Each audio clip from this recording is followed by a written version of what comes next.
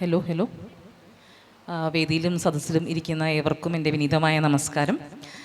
ആഗോള തലത്തിൽ തന്നെ പ്രശസ്തരും പ്രഗത്ഭരുമായ ഒട്ടേറെ പേരെ അണിനിരത്തി ഇത്തരത്തിൽ ഒരു ലിറ്ററേച്ചർ ഫെസ്റ്റിവൽ നടത്താൻ സന്നദ്ധതയും ധൈര്യവും കാണിച്ച് കോഴിക്കോട് ആർട്സ് ആൻഡ് സയൻസ് കോളേജിൻ്റെ പ്രിൻസിപ്പൽ ഡോക്ടർ പ്രിയക്കും ഭാരവാഹികൾക്കും ആദ്യം തന്നെ എൻ്റെ അഭിനന്ദനങ്ങൾ ഞാൻ അവിടെ അറിയിക്കുകയാണ്.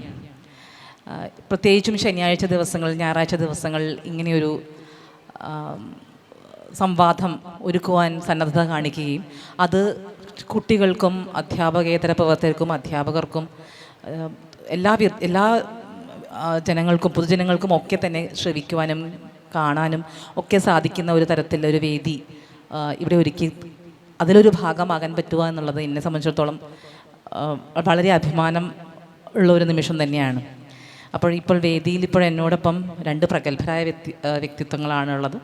തനതായ വ്യക്തിമുദ്ര പതിപ്പിച്ച് 25ഓളം വർഷങ്ങൾ, 2.5 പതിറ്റാണ്ടിലേറെ അധ്യാപന രംഗത്ത് പ്രവൃത്തി പരിചയമുള്ള, ഗവേഷണ രംഗത്ത് തനതായ രീതിയിൽ വളരെ നിലവാരമുള്ള പ്രസിദ്ധീകരണങ്ങൾ എഴുതിയ രണ്ട് വ്യക്തികൾ.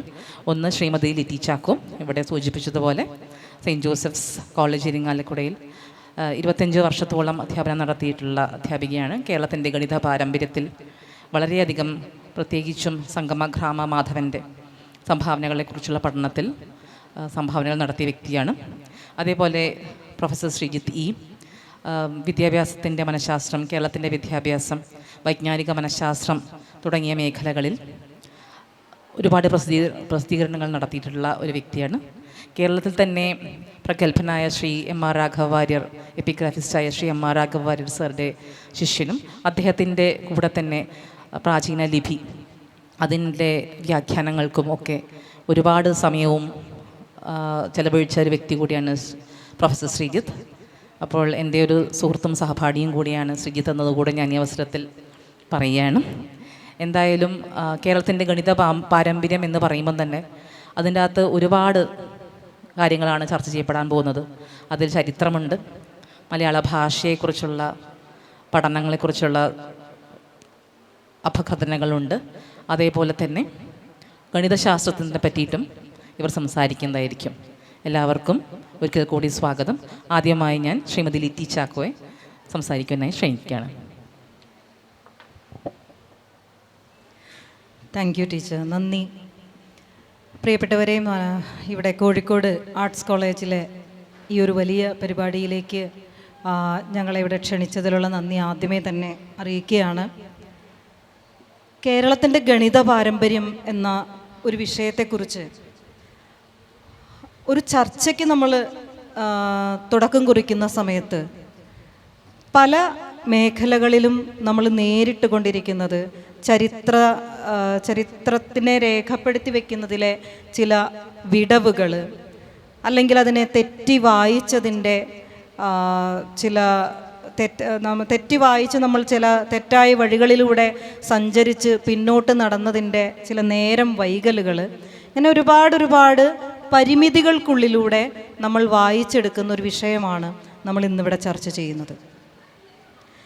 കേരളീയ ഗണിത പാരമ്പര്യം എന്ന് പൊതുവിൽ നമ്മൾ വിളിക്കുമ്പോഴും വാസ്തവത്തിൽ അത് ഗണിതം മാത്രമായി ഒതുങ്ങി നിൽക്കുന്ന ഒരു പരമ്പരയായിരുന്നില്ല, അല്ലെങ്കിൽ ഒരു പാരമ്പര്യമായിരുന്നില്ല എന്നുള്ളതാണ് ഒരു വസ്തുത. പ്രത്യേകിച്ചും ജ്യോതിശാസ്ത്ര പാരമ്പര്യം എന്ന ഒരു വിശാല കാഴ്ചപ്പാടുള്ള ഒരു മേഖലയുടെ, ഒരു ഡിസിപ്ലിൻ്റെ ഉപവിഭാഗം എന്ന നിലയിലൊക്കെ പണ്ട് പരിഗണിക്കപ്പെട്ടിരുന്ന ഒരു വിഷയമാണ് നമ്മൾ ഇന്ന് ഒരു ബ്രോഡർ ടൈറ്റിൽ കൊടുത്ത് കേരളീയ ഗണിത പാരമ്പര്യം എന്ന് നമ്മൾ ഇന്ന് വിശേഷിപ്പിക്കുന്നത്. ഞാൻ ആദ്യത്തെ ഒരു ഘട്ടത്തിൽ അവതരിപ്പിക്കാൻ ആഗ്രഹിക്കുന്നത് എങ്ങനെയാണ് ഇത്തരമൊരു ചിന്താ പദ്ധതി, ഒരു വൈജ്ഞാനിക പാരമ്പര്യം ഉരുത്തിരിഞ്ഞു വന്നത് എന്നുള്ളതാണ് ആദ്യത്തെ ഘട്ടത്തിൽ ഞാൻ പറയാൻ ആഗ്രഹിക്കുന്നത്. നമുക്ക് ലഭ്യമായ തെളിവുകൾ വെച്ച് അനവധി വർഷങ്ങളുടെ പഴക്കത്തിലേക്കൊക്കെ പോവുക എന്ന് പറയുന്നത് ദുഷ്കരമായിരിക്കും. എങ്കിലും വരരുചിയെ പറ്റിയുള്ള കേട്ടുകേൾവിക്കൊക്കെ ശേഷം ഹരിതത്തിൻ്റെ പരഹിത സമ്പ്രദായം നമുക്കിന്ന് ലഭ്യമാണ്. പരഹിത സമ്പ്രദായത്തിലാണ്, പ്രത്യേകിച്ച് തിരുനാവായയിൽ ഒരു മാമാങ്കത്തിൽ അവതരിപ്പിച്ച പരഹിത സമ്പ്രദായത്തിൽ നിന്നാണ് ഈ ഗണിത പാരമ്പര്യത്തിന് ഒരു വലിയ പഴക്കമുണ്ടായിരുന്നു എന്ന് നമുക്ക് ആ കൃതിയിൽ നിന്നാണ് വലിയൊരു സൂചന നമുക്ക് ലഭിക്കുന്നത്. അതേ തുടർന്ന് ഗോവിന്ദസ്വാമിൻ, തലക്കുളത്ത് ഭട്ടതിരി തുടങ്ങി നിരവധി പേരിലൂടെ അത് വികസിക്കുന്നത് കാണുന്നുണ്ട്. ഇടയിൽ 9-ാം നൂറ്റാണ്ടിലെ ലഘുഭാസ്കരീയ വിവരണം, കൊടുങ്ങല്ലൂരിലെ മഹോദയപുരം എന്ന് പറയുന്ന 2-ാം ചേര സാമ്രാജ്യത്തിൻ്റെ തലസ്ഥാന നഗരി എന്നറിയപ്പെട്ടിരുന്ന സ്ഥലത്തുണ്ടായിരുന്ന ഒരു നക്ഷത്ര ബംഗ്ലാവിനെ കുറിച്ച്, ഒരു വാനനിരീക്ഷണ കേന്ദ്രത്തെക്കുറിച്ച് കൃത്യമായ സൂചനകൾ തരുന്ന ലഘുഭാസ്കരീയ വിവരണം എന്ന കൃതി നമുക്ക് മുന്നിലുണ്ട്. അതിലാണ് കേരള ചരിത്രത്തെ തന്നെ വളരെ നിർണായകമായി അടയാളപ്പെടുത്തുന്ന സ്ഥാണുരവിയെക്കുറിച്ചുള്ള പരാമർശങ്ങളൊക്കെ ആ കൃതിയിൽ തന്നെ നമുക്ക് ലഭ്യമാണ്. പിന്നീട് ഇതൊരു തുടർച്ചയായി കടന്നു പോന്ന് 1340കളിലേക്ക് എത്തുമ്പോഴാണ് സംഗമഗ്രാമ മാധവൻ എന്ന ഇരിങ്ങാലക്കുടക്കാരനായ ഒരു ഗണിതജ്ഞനിലേക്ക്, ഒരു ജ്യോതിശാസ്ത്രജ്ഞനിലേക്ക് നമ്മൾ എത്തിച്ചേരുന്നത്. അപ്പോൾ സംഗമഗ്രാമ മാധവൻ്റെ കൃതികളിലൂടെയാണ് പിന്നീട് നമ്മൾ ഇന്ന് കാണുന്ന കേരളീയ ഗണിത സരണി അല്ലെങ്കിൽ കേരളത്തിൻ്റെ ഗണിത പാരമ്പര്യം എന്ന പേര് നമ്മൾ ആരംഭിച്ചു വെക്കുന്നത്. പ്രത്യേകിച്ചും ചാൾസ് മാത്യു വിഷനെ കുറിച്ച് ശ്രീജിത്ത് സാറ് കൂടുതലായി സംസാരിക്കും എന്നുള്ളത് കൊണ്ട് ഞാനത് പരാമർശിക്കുന്നില്ല. എങ്കിലും പാശ്ചാത്യരാണ് നമുക്ക് അങ്ങനെ ഒരു പേര് ചാർത്തി തന്നത്. ഇവിടെ ഇങ്ങനെ ഒരു കേരളീയമായ ഒരു ഗണിത സരണി ഇവർ തുടർന്നു പോരുന്നുണ്ട് എന്ന് ഉദാഹരണ സഹിതം എടുത്ത് അവതരിപ്പിക്കുന്നത് പാശ്ചാത്യരാണ്. മാധവന് ശേഷം മാധവൻ്റെ ശിഷ്യരായ പരമേശ്വരൻ, ദാമോദരൻ തുടങ്ങി നീലകണ്ഠ സോമയാജി തുടങ്ങി 19-ാം നൂറ്റാണ്ടിൻ്റെ അവസാനം വരെയും ഇങ്ങനെയൊരു ഗുരുശിഷ്യ പരമ്പര പൊട്ടാതെ മുറിഞ്ഞു കിടക്കുന്നത് നമ്മൾ പല കൃതികളിലൂടെയും പല പാരമ്പര്യങ്ങളിലൂടെയും ഒക്കെ കാണുന്നുണ്ട്. അതിൻ്റെ കണ്ടന്റിനെ കുറിച്ചൊന്നും കൂടുതലായി നമ്മൾ ഈ ഒരു ഘട്ടത്തിൽ പ്രവേശിക്കുന്നില്ല. എങ്കിലും ഗണിതത്തിൽ എന്തുകൊണ്ട് കേരളത്തിന് ഒരു സ്വന്തമായ ഒരു പേര് ചാർത്തി കിട്ടിയിരുന്നു എന്നുള്ളത് അറിയാൻ വേണ്ടി മാത്രമായി നമുക്കിന്ന് പരിമിത ശ്രേണിയിൽ നിന്ന് അപരിമിത ശ്രേണിയിലേക്ക് ഈ ഗണിത സിദ്ധാന്തങ്ങളെ മാറ്റി എഴുതുന്ന, ഗണിതത്തിലെ വിപ്ലവകരമായ ഇടപെടലുകൾ നടത്തിയിട്ടുള്ള മാധവൻ്റെ ഗണിത സംഭാവനകളെ നമ്മളൊന്ന് സൂചിപ്പിച്ചു പോകേണ്ടതുണ്ട്. നമ്മളിന്ന് ഉപയോഗിച്ചു കൊണ്ടിരിക്കുന്ന പൈയുടെ വാല്യൂ 3.14 എന്ന് തുടങ്ങുന്ന പൈയുടെ വാല്യൂ പൈയുടെ വാല്യൂ മുൻപും പലരും കണക്ക് കൂട്ടിയിട്ടുണ്ട്. എങ്കിലും 11 ദശാംശങ്ങളിലേക്ക് അത് ആദ്യമായി കൃത്യമായി ഉറപ്പിക്കുന്നത് സംഗമഗ്രാമ മാധവനാണ്. എനിക്ക് ഇവിടെ സൂചിപ്പിക്കാനുള്ള ഒരു പ്രധാനപ്പെട്ട സംഗതി എന്താണെന്ന് വെച്ചാൽ, ഇത്തരം കണ്ടെത്തലുകളും ഇടപെടലുകളും ഇവർ നടത്തിയിട്ടുള്ളതെല്ലാം നമ്മളെ സംബന്ധിച്ചിടത്തോളം, പ്രത്യേകിച്ചും കേരളത്തിൻ്റെ ഇപ്പോഴത്തെ ഒരു സാംസ്കാരിക പരിസരങ്ങളിൽ ഒരു അമാനുഷിക തലങ്ങളിലുള്ള ഇടപെടലുകളായോ അതല്ലെങ്കിൽ ഒരു സ്പിരിച്വൽ റിലീജിയസ് എന്നൊക്കെ പറയാവുന്ന തലത്തിലുള്ള ഇടപെടലുകളായോ ഒക്കെ ആയിട്ടാണ് പലരും വ്യാഖ്യാനിച്ച് കാണാറുള്ളത്. എന്നാൽ ഞാൻ പലപ്പോഴും ചൂണ്ടിക്കാണിക്കാൻ ആഗ്രഹിക്കുന്ന ഒരു സംഗതി, ശാസ്ത്രത്തെ വിശ്വാസത്തിനുള്ളിലൂടെ ഒളിച്ചു കടത്തിയിരുന്ന ഒരു പഴമയെക്കുറിച്ചാണ്. നമ്മൾ പഴയ ഗ്രന്ഥങ്ങൾ എടുത്ത് പരിശോധിക്കുന്ന സമയത്ത് പ്രഥമ ദൃഷ്ടിയ വിശ്വാസം അല്ലെങ്കിൽ യുക്തിക്ക് നിരക്കാത്തത് എന്നൊക്കെ തോന്നുന്ന ചില ഗ്രന്ഥങ്ങളാണ് എന്ന് തോന്നുന്നെങ്കിൽ പോലും പലപ്പോഴും അത്തരം കൃതികൾക്കുള്ളിലൊക്കെ ഒളിഞ്ഞു കിടക്കുന്ന ശാസ്ത്ര നിരീക്ഷണങ്ങളെ പലപ്പോഴും അവർ കൈകാര്യം ചെയ്തിരുന്ന ഉപകരണങ്ങളുടെ അടിസ്ഥാനത്തിൽ ശാസ്ത്രീയമായ അവരുടെ നിരീക്ഷണങ്ങളുടെയും പരീക്ഷണങ്ങളുടെയും ഒക്കെ അടിസ്ഥാനത്തിൽ നമ്മൾ മലയാളികൾ ഇനിയും അതിനെയൊന്ന് മാറ്റി വായിക്കേണ്ടതുണ്ട് എന്നുള്ളതാണ് എനിക്ക് ആദ്യമേ ഇവിടെ പറയാനുള്ള ഒരു സംഗതി. എങ്ങനെയാണ് ഗണിതം കൈകാര്യം ചെയ്തിരുന്ന, പ്രത്യേകിച്ചും മാധവൻ്റെയൊക്കെ കാര്യം പറയുന്ന സമയത്ത് കൂടുതലും ഒരു അതിശയോക്തി കലർന്ന കഥകളാണ് പലപ്പോഴും ഇവർ പറയുക. ഏതെങ്കിലും കല്ലിന് മുകളിൽ മലർന്നു കിടന്ന് ആകാശത്തേക്ക് നോക്കി നക്ഷത്രങ്ങളെ നിരീക്ഷിച്ചു കൊണ്ടിരിക്കുന്ന അതിശയോക്തിപരമായ കഥകൾ പറയുകയും പ്രചരിപ്പിക്കുകയും ഒക്കെ ചെയ്യുന്നവരാണ് നമ്മൾ. പക്ഷെ അതിനൊക്കെ അപ്പുറത്ത് കൃത്യമായ ശാസ്ത്രീയ ഉപകരണങ്ങളുടെ അടിസ്ഥാനത്തിൽ ഇതെങ്ങനെ പ്രവർത്തിക്കണം, ഇതെങ്ങനെ നിർമ്മിക്കണം, ഇതെങ്ങനെയാണ് കാലാകാലങ്ങളിൽ പരിഷ്കരിക്കേണ്ടത്, എത്ര കാലം വരെ ഓരോ ഉപകരണത്തിനും ലൈഫ് ഉണ്ടായിരിക്കും, ഇതൊക്കെ കൃത്യമായി പറയുന്ന ഗ്രന്ഥങ്ങളും അതിൻ്റെ വ്യാഖ്യാനങ്ങളും ഒക്കെ നമുക്കിന്ന് അവൈലബിൾ ആണ്. ഇത്തരമൊരു പഠന രീതിക്ക് കൂടിയും നമ്മൾ പുതിയ തലമുറ ഒന്ന് ശ്രദ്ധ വെക്കണം, ആ രീതിയിലേക്ക് കൂടിയും നമ്മൾ പുതിയ തലമുറ ഒന്ന് ശ്രദ്ധ വെക്കണം എന്ന് മാത്രമാണ് ആമുഖമായി എനിക്ക് പറയാനുള്ളത്. ബാക്കി അടുത്ത ഒരു ഘട്ടത്തിൽ മാഷ്ടെ സംസാരത്തിന് ശേഷം തുടരാമെന്ന് വിചാരിക്കുന്നു. ശ്രീജിത്തിനായി ഞാൻ മൈക്ക് കൈമാറുകയാണ്.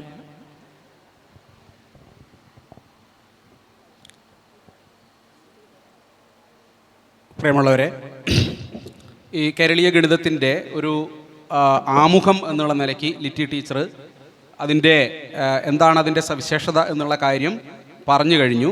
ഞങ്ങളുടെ ഒരു ധാരണ അനുസരിച്ച് ഞാൻ സംസാരിക്കാൻ ആഗ്രഹിക്കുന്നത് കേരളീയ ഗണിതത്തെ വീണ്ടെടുത്ത, നേരത്തെ ടീച്ചർ പറഞ്ഞതുപോലെ 5-ാം നൂറ്റാണ്ട് AD മുതൽക്കുള്ള 5-ാം നൂറ്റാണ്ട് AD എന്ന് പറയുന്ന സമയത്ത് സംഘകാല കൃതികളിൽ നമ്മൾ ആകാശ നിരീക്ഷണങ്ങളെക്കുറിച്ചും സംഘകാല കൃതികളുടെ കാലഘട്ടത്തിലാണ് വരരുചി ജീവിച്ചിരുന്നത്, അല്ലെങ്കിൽ ആര്യഭട്ടൻ ജീവിച്ചിരുന്നത് എന്ന് നമുക്കറിയാം സംഘകാലത്തിൻ്റെ അവസാനത്തിൽ. ഇപ്പോൾ പുറനാനൂറിനെ പോലെയുള്ള കൃതികൾ എടുത്തു നോക്കുമ്പോൾ തീർച്ചയായിട്ടും അതിൽ ഈ ഗ്രഹണത്തെക്കുറിച്ചും കൊള്ളിയാനെക്കുറിച്ചും രാഹുവിനെക്കുറിച്ചും കേതുവിനെക്കുറിച്ചും ഒക്കെയുള്ള വളരെ കൃത്യമായ ഒരു ധാരണ 5-ാം നൂറ്റാണ്ട് AD ആകുമ്പോഴേക്ക് തന്നെ കേരളത്തിലെ ആളുകൾക്ക് ഉണ്ടായിരുന്നു. അതുകൊണ്ട് തന്നെയാണ് ആര്യഭടൻ ഒരു പക്ഷേ കേരളീയനായിരിക്കാം എന്നും അദ്ദേഹം ആകാശ നിരീക്ഷണങ്ങൾക്കൊടുവിൽ അല്ലെങ്കിൽ അദ്ദേഹത്തിൻ്റെ സഞ്ചാരങ്ങൾക്കൊടുവിൽ കുസുമപുരത്ത് പാറ്റ്നയിൽ എത്തിയിട്ടുണ്ടാവാം എന്നാണ് നമ്മൾ മനസ്സിലാക്കുന്നത്. അപ്പോൾ കേരളീയൻ എന്നുള്ള നിലയ്ക്കുള്ള അന്വേഷണങ്ങളാണ് ആര്യഭടൻ തന്നെ തുടങ്ങുകയാണ്.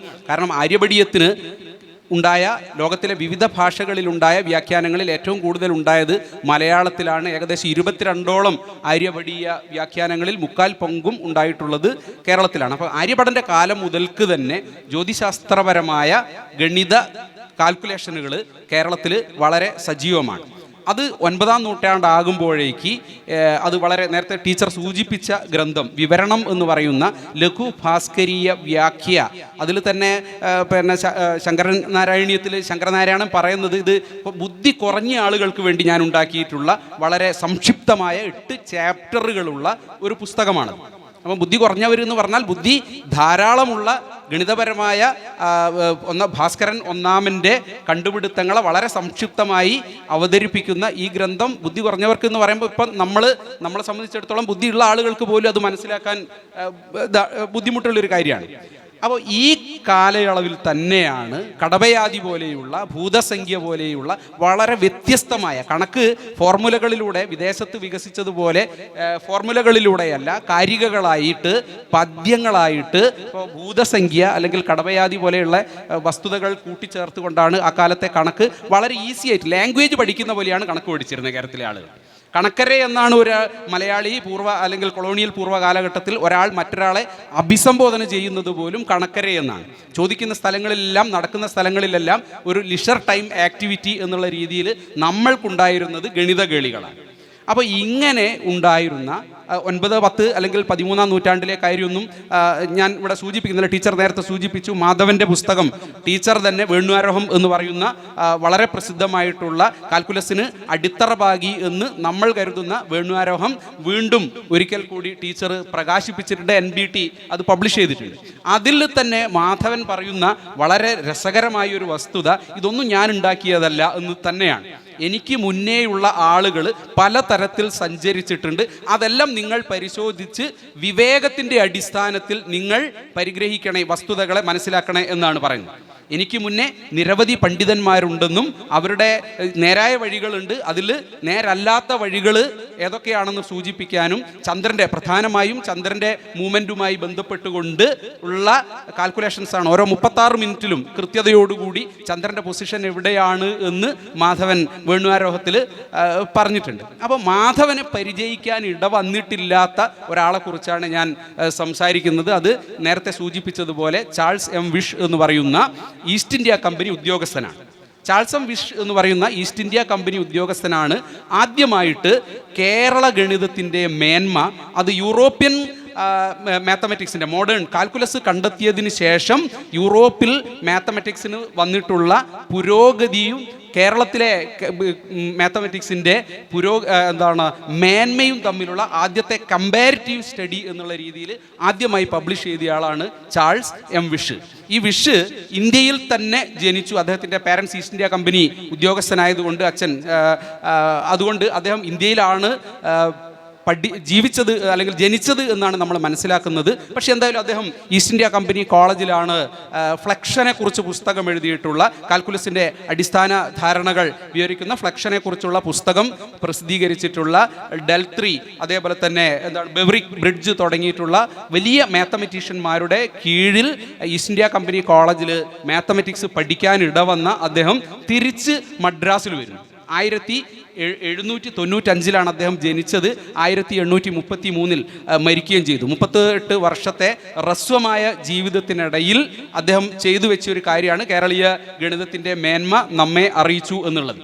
അപ്പോൾ അദ്ദേഹം തിരിച്ചു വന്നതിന് ശേഷം മദ്രാസിൽ സെൻറ്റ് ജോർജ് ഫോർട്ടിലെ കോളേജിൽ അദ്ദേഹം മലയാളം, സംസ്കൃതം, പേർഷ്യൻ തുടങ്ങിയിട്ടുള്ള ഭാഷകൾ പഠിക്കുകയുണ്ടായി. ഒരു സിവിൽ സർവൻറ്റിന്, ഈസ്റ്റ് ഇന്ത്യ കമ്പനിയുടെ സിവിൽ സർവൻറ്റിന് അവർ താമസിക്കുന്ന സ്ഥലത്തെ, അവർ ജോലി ചെയ്യുന്ന സ്ഥലത്തെ ഭാഷകൾ പഠിക്കണം. അപ്പോൾ ആ മലയാളത്തിലും അതോടൊപ്പം തന്നെ തമിഴിലും വലിയ മാർക്കോട് കൂടിയാണ് അദ്ദേഹം പാസ്സാവുന്നത്. അപ്പോൾ സംസ്കൃതത്തിൽ അദ്ദേഹത്തിന് വലിയ ഒരു പ്രൊഫിഷ്യൻസി ഉണ്ടായിരുന്നു എന്ന് പറയുന്നുണ്ട്. മലയാളത്തിൻ്റെ ഒരു ഗ്രാമർ പുസ്തകം അദ്ദേഹം എഴുതിയിട്ടുണ്ട്. അതേപോലെ തന്നെ മലയാളത്തിൻ്റെ ഒരു നിഘണ്ടു അദ്ദേഹം തയ്യാറാക്കിയിട്ടുണ്ട്. അവ കണ്ടുകിട്ടിയിട്ടില്ല. അത് ഈസ്റ്റ് ഇന്ത്യ ഫോർട്ടിൽ അല്ലെങ്കിൽ സെൻറ്റ് ജോർജ് ഫോർട്ട് തന്നെയാണ് ആ 2 പുസ്തകങ്ങളും പബ്ലിഷ് ചെയ്തത്.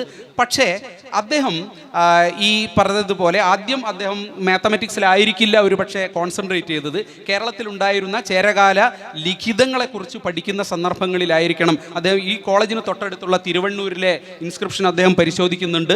തൊട്ടടുത്ത നെടുമ്പറയൂരിലെ ലിഖിതം അദ്ദേഹം പരിശോധിക്കുന്നുണ്ട്. ജൂയിഷ് കോപ്പർ പ്ലേറ്റും തെരിസാപ്പള്ളി കോപ്പർ പ്ലേറ്റും ഒക്കെ പരിശോധിച്ചു കൊണ്ടിരിക്കുന്ന സന്ദർഭത്തിലായിരിക്കണം ഒരു പക്ഷേ അദ്ദേഹത്തിന് കേരളീയരുടെ മാത്തമാറ്റിക്കൽ നോളജിനെ കുറിച്ചുള്ള ഒരു പ്രത്യേക താല്പര്യം ഉണ്ടാവാൻ സാധ്യത എന്നാണ് ഞാൻ കരുതുന്നത്. കാരണം കേരളത്തിലെ ലിഖിതങ്ങളിലെല്ലാം തന്നെ 9-ാം നൂറ്റാണ്ടിൽ എഴുതപ്പെട്ടിട്ടുള്ള കേരളീയ ലിഖിതങ്ങളിൽ പലതിലും 90% ലിഖിതങ്ങളിലും വ്യാഴഗ്രഹം ഈ ലിഖിതം തയ്യാറാക്കുന്ന ദിവസത്ത് ഏത് രാശിയിലാണ് നിൽക്കുന്നത് എന്നുള്ള, വ്യാഴം കർക്കിടക രാശിയിൽ നിന്ന് കന്നി ഞായറ്റ് എന്ന് പറഞ്ഞ മാസമാണ് എന്ന് പറഞ്ഞുകൊണ്ട് വളരെ കൃത്യമായിട്ട് വ്യാഴത്തിൻ്റെ പൊസിഷൻ എങ്ങനെയാണ് ഈ ആളുകൾ കണക്ക് കൂട്ടിയിട്ടുണ്ടാവുക. അത് വളരെ ആധുനിക കാലത്തെ സങ്കേതങ്ങൾ ഉപയോഗിച്ചുകൊണ്ട് 9-ാം നൂറ്റാണ്ടിൽ വ്യാഴത്തിൻ്റെ കേരളീയൻ കണക്ക് കൂട്ടിയത് വളരെ കൃത്യമാണ് എന്ന് പിൽക്കാലത്ത് ഇന്ത്യൻ എഫിമറീസ് പോലെയുള്ള പുസ്തകങ്ങൾ ഉപയോഗിച്ച് പരിശോധിച്ചാൽ നമ്മൾക്ക് മനസ്സിലാവും. അപ്പോൾ ഇങ്ങനെ ഈ കാലത്തെക്കുറിച്ച് എങ്ങനെ ആണ് കേരളത്തിലെ ആളുകൾ അല്ലെങ്കിൽ സൗത്ത് ഇന്ത്യയിലെ ആളുകൾ പഠിക്കുന്നത് അല്ലെങ്കിൽ പഠിച്ചത് എന്നുള്ള ഒരു പ്രോജക്റ്റ് മദ്രാസിൽ നടക്കുകയുണ്ടായി. അതിൽ ജോൺ വാറിനെ പോലെയുള്ള ജോർജ് ഹൈൻ തുടങ്ങിയിട്ടുള്ള 2 പേര് ചേർന്നിട്ടാണ് അതിന് നേതൃത്വം നൽകിയിരുന്നത്. സൗത്ത് ഇന്ത്യയിലെ ആളുകൾ കാലത്തെ എങ്ങനെ കാൽക്കുലേറ്റ് ചെയ്തു, ഭൂതസംഖ്യ എന്താണ്, കടബയാതി എന്താണ് എന്നൊക്കെ പഠിക്കുന്ന ഒരു സന്ദർഭം ഉണ്ടായിരുന്നു. അതിലേക്ക് കടന്നു വന്നുകൊണ്ടാണ് ചാൾസ് വിഷ് കേരളീയ ഗണിതത്തെ കൂടുതൽ മനസ്സിലാക്കുന്നത്. പക്ഷേ അദ്ദേഹം മനസ്സിലാക്കിയ ഒരു കാര്യം, ഫ്ലക്ഷനെ സംബന്ധിക്കുന്ന അല്ലെങ്കിൽ അപരിമേയ ശ്രേണികളെ സംബന്ധിക്കുന്ന പല കാര്യങ്ങളും യൂറോപ്പിലില്ലാത്തതും എന്നാൽ കേരളത്തിൽ മാത്രം സവിശേഷമായി, കേരളത്തിൻ്റെ അതിർത്തിക്ക് അപ്പുറത്തും അല്ലെങ്കിൽ ഇന്ത്യക്ക് അപ്പുറത്തും കാണാത്ത പല പൈനെ സംബന്ധിക്കുന്ന പല അപ്രോക്സിമേഷനുകൾ കേരളത്തിൽ ഉണ്ട് എന്ന് കണ്ടെത്തിക്കൊണ്ട് അദ്ദേഹം 1825 ഒരു പ്രബന്ധം അവതരിപ്പിക്കുന്നു. പക്ഷേ ബ്രിട്ടീഷുകാർ അദ്ദേഹത്തെ തള്ളിപ്പറയുകയാണ് ചെയ്യുന്നത്. കാരണം ഒരിക്കൽ പോലും ഇതൊക്കെ യൂറോപ്യൻസിൽ നിന്ന് പഠിച്ചതാണെന്നും കേരളത്തിലെ ആളുകൾ ഒരു പക്ഷേ ഇത്തരം കാര്യങ്ങളിൽ പറയുന്ന കാര്യങ്ങളെല്ലാം തന്നെ കപടമാണ് എന്ന് പറഞ്ഞുകൊണ്ട്, ഞങ്ങൾ കണ്ടുപിടിച്ചതാണ് എന്ന് ഇവരുടെ ക്ലെയിം മുഴുവൻ കപടമാണ് എന്ന് പറഞ്ഞുകൊണ്ട് തള്ളിക്കളയുകയുമാണ് ഒരു പക്ഷേ വിഷിനെ പ്രോത്സാഹിപ്പിക്കാതിരുന്ന ഈസ്റ്റ് ഇന്ത്യ കമ്പനി ഉദ്യോഗസ്ഥന്മാർ ചെയ്യുന്നത് ആദ്യഘട്ടത്തിൽ. പക്ഷേ പിന്നീട് വിഷിന് കിട്ടിയ ഒരു ഗുണം എന്ന് പറയുന്നത് യുക്തിഭാഷയുടെ ഒരു ടെക്സ്റ്റ് ജ്യേഷ്ഠദേവൻ എഴുതിയിട്ടുള്ള കാൽക്കുലസിനെ സംബന്ധിക്കുന്ന മാധവന്റെ പഠനങ്ങളെയും മുൻകാല പഠനങ്ങളെയും സമ്മറൈസ് ചെയ്തുകൊണ്ട് യുക്തിപരമായി അവതരിപ്പിക്കുന്ന ജ്യേഷ്ഠദേവന്റെ യുക്തിഭാഷ വായിച്ചതോടുകൂടി വർദ്ധിത വീര്യനായി കൊണ്ട് തന്നെ കേരള മാത്തമാറ്റിക്സിന്റെ മൗലികതയിലേക്ക് ചാൾസ് വിഷ് തിരിച്ചു പോവുകയാണ്. അതോടൊപ്പം തന്നെ കടത്തനാട്ട് ശങ്കരവർമ്മൻ എന്ന് പറയുന്ന സദ്രത്നമാല എന്ന് പറയുന്ന പുസ്തകം എഴുതിയിട്ടുള്ള മാത്തമാറ്റിക്കൽ ടെക്സ്റ്റ് എഴുതിയിട്ടുള്ള ശങ്കരവർമ്മനുമായുള്ള സൗഹൃദവും കൂട്ടിച്ചേർത്തുകൊണ്ടാണ് ഈ വിഷിൻ്റെ ഏറ്റവും പ്രസിദ്ധമായിട്ടുള്ള on the Hindu quadrature of the circle and infinite series for the circumference to diameter എന്നൊക്കെ പറയുന്ന വളരെ വലിയൊരു പേരുള്ള 4 പുസ്തകങ്ങളെ ആസ്പദമാക്കിക്കൊണ്ട്, അന്ന് ലഭ്യമായിരുന്ന 4 പുസ്തകങ്ങളെ ആസ്പദമാക്കിക്കൊണ്ട് അദ്ദേഹത്തിൻ്റെ റോയൽ ഏഷ്യാറ്റിക് സൊസൈറ്റിയിൽ പബ്ലിഷ് ചെയ്തിട്ടുള്ള ഇംഗ്ലണ്ട് ആൻഡ് അയർലൻഡിലെ 1834 പ്രബന്ധം, ഹിന്ദു ശാസ്ത്രത്തെ സംബന്ധിക്കുന്ന, ഗണിതശാസ്ത്രത്തെ സംബന്ധിക്കുന്ന വളരെ വിലപ്പെട്ട പ്രബന്ധം അവതരിപ്പിക്കുന്നത്. 4 പുസ്തകങ്ങൾ, ഒന്ന് തന്ത്രസംഗ്രഹമാണ്, രണ്ടാമത്തേത് കരണപദ്ധതിയാണ്, മൂന്നാമത്തേത് സദ്രത്നമാലയാണ്, നാലാമത്തേത് യുക്തിഭാഷയാണ്. ഈ 4 പുസ്തകങ്ങളുടെയും അടിസ്ഥാനത്തിലാണ് ഇത്തരത്തിലുള്ള പയ്യെ സംബന്ധിക്കുന്ന അല്ലെങ്കിൽ കേരളീയ ഗണിതത്തിൻ്റെ മേന്മ അവതരിപ്പിച്ചുകൊണ്ട് അദ്ദേഹത്തിൻ്റെ കണ്ടുപിടുത്തങ്ങൾ അവതരിപ്പിക്കുന്നത്. ബ്രിട്ടീഷ് ഈസ്റ്റ് ഇന്ത്യ കമ്പനിയെ സംബന്ധിച്ചിടത്തോളം ഈ കണ്ടുപിടുത്തങ്ങൾ അദ്ദേഹത്തെ ഏതെങ്കിലും തരത്തിൽ എൻകറേജ് ചെയ്യാൻ ഇവർ തയ്യാറായിരുന്നില്ല. അദ്ദേഹത്തെ കടപ്പയിലേക്ക്, മലബാറിൽ ജോലി ചെയ്തുകൊണ്ടിരുന്ന ഈ ഇവിടുത്തെ സബ് രജിസ്ട്രാറും ജില്ലാ ജഡ്ജും ഒക്കെയായി ജോലി ചെയ്തിരുന്ന ഈ വിഷിനെ പണിഷ് ചെയ്തുകൊണ്ടാണ് ഈസ്റ്റ് ഇന്ത്യ കമ്പനി കടപ്പയിലേക്ക് അദ്ദേഹത്തെ ട്രാൻസ്ഫർ ചെയ്യുന്നത്. ഒരു കൊല്ലം അദ്ദേഹത്തിന് ജോലി ചെയ്യാതിരിക്കേണ്ടി വന്ന സന്ദർഭം ഉണ്ടായി. ഒരു പക്ഷേ ഈ അടുത്ത കാലത്ത് ഇതിനെക്കുറിച്ച് വിഷിനെക്കുറിച്ച് കൂടുതൽ കാര്യങ്ങൾ പഠിച്ചിട്ടുള്ള മാഡി എന്ന് പറയുന്ന ഒരാളുണ്ട്. അദ്ദേഹം കോഴിക്കോട്ടുകാരനാണ്. അദ്ദേഹം USA-യിൽ നിന്നുകൊണ്ട് കേരള ചരിത്രം അന്വേഷിച്ചുകൊണ്ടിരിക്കുന്ന മാഡീസ് റാംബ്ലിംഗ് എന്ന് പറഞ്ഞ് നമുക്ക് അടിച്ചു നോക്കിയാൽ കിട്ടും. അദ്ദേഹത്തിൻ്റെ മന്മഥൻ എന്നാണ് അദ്ദേഹത്തിൻ്റെ പേര്. അദ്ദേഹം പഠിച്ചിട്ടുള്ള ഈ പറഞ്ഞ ചാൾസ് വിഷിൻ്റെ ജീവചരിത്രം അദ്ദേഹം നിരന്തരമായി അന്വേഷിച്ചു കൊണ്ടിരിക്കുന്ന ഒരാളാണ്. ഈസ്റ്റ് ഇന്ത്യ കമ്പനിയുടെ ഈ രേഖകൾ അദ്ദേഹം റീസെൻ്റായിട്ട് പരിശോധിക്കുകയും അതിൽ കൂടുതൽ റിഫ്ലക്റ്റ് ചെയ്യുകയും ചെയ്യുന്നതാണ്. അപ്പോൾ അദ്ദേഹം ഇതിനെക്കുറിച്ച് വളരെ വിശദമായിട്ട് ഇദ്ദേഹത്തിൻ്റെ ജീവചരിത്രം തയ്യാറാക്കിയിട്ടുണ്ട്. അദ്ദേഹം പറയുന്നത്, ഒരു പക്ഷേ ഈസ്റ്റ് ഇന്ത്യ കമ്പനി ഉദ്യോഗസ്ഥന്മാരുടെ കേരളീയ ഗണിതത്തിൻ്റെ മേന്മ വിളിച്ചു പറഞ്ഞതുകൊണ്ട് തന്നെ അദ്ദേഹം അനുഭവിക്കേണ്ട ത്യാഗങ്ങളുടെ ഫലമായിട്ട് അദ്ദേഹം ആത്മഹത്യ ചെയ്തതാണോ എന്നുള്ള ഒരു സംശയം പോലും ഉണ്ട് എന്നാണ് പറയുന്നത്. അപ്പോൾ ഒരു 100 വർഷക്കാലം ഈ വിഷിൻ്റെ പേപ്പർ വെളിച്ചം കണ്ടില്ല എന്നുള്ളതാണ്, ലോകം അറിഞ്ഞില്ല. 1834 ഇത് പബ്ലിഷ് ചെയ്യുമ്പോഴത്തേക്ക് വിഷ് മരിച്ചിരുന്നു. 38 വയസ്സ് മാത്രം പ്രായമുണ്ടായിരുന്ന ഇദ്ദേഹം ഈ ഏതാ കാരണം എന്നുള്ളത് നമുക്ക് വ്യക്തമായിട്ട് അറിഞ്ഞുകൂടാ. ആത്മഹത്യയാണോ അതോ സ്വാഭാവികമായ മരണമാണോ എന്നുള്ളത് പല ഈസ്റ്റ് ഇന്ത്യ കമ്പനി ഉദ്യോഗസ്ഥന്മാർക്കും വളരെ ചെറിയ പ്രായത്തിലാണ്. ഇന്ത്യയിലെ കാലാവസ്ഥയും മറ്റ് സാഹചര്യങ്ങളും അനുകൂലമല്ലാത്തതുകൊണ്ട് പല ആളുകളും വളരെ പ്രിമച്ചുറായിട്ടുള്ള ഡെത്താണ് ഉണ്ടായിട്ടുള്ളത്. അതിൻ്റെ വ്യക്തമായ കാരണം നമുക്ക് അറിഞ്ഞുകൂടാ. എന്തായാലും 1835 ഈ പേപ്പർ പബ്ലിഷ് ചെയ്യുമ്പം ചാൾസ് വിഷ് ജീവിച്ചിരുന്നില്ല. അതുമാത്രമല്ല, പിന്നീടുള്ള ഒരു നൂറ്റാണ്ട് കാലം വിഷിൻ്റെ ഈ paper on the Hindu mathematics അല്ലെങ്കിൽ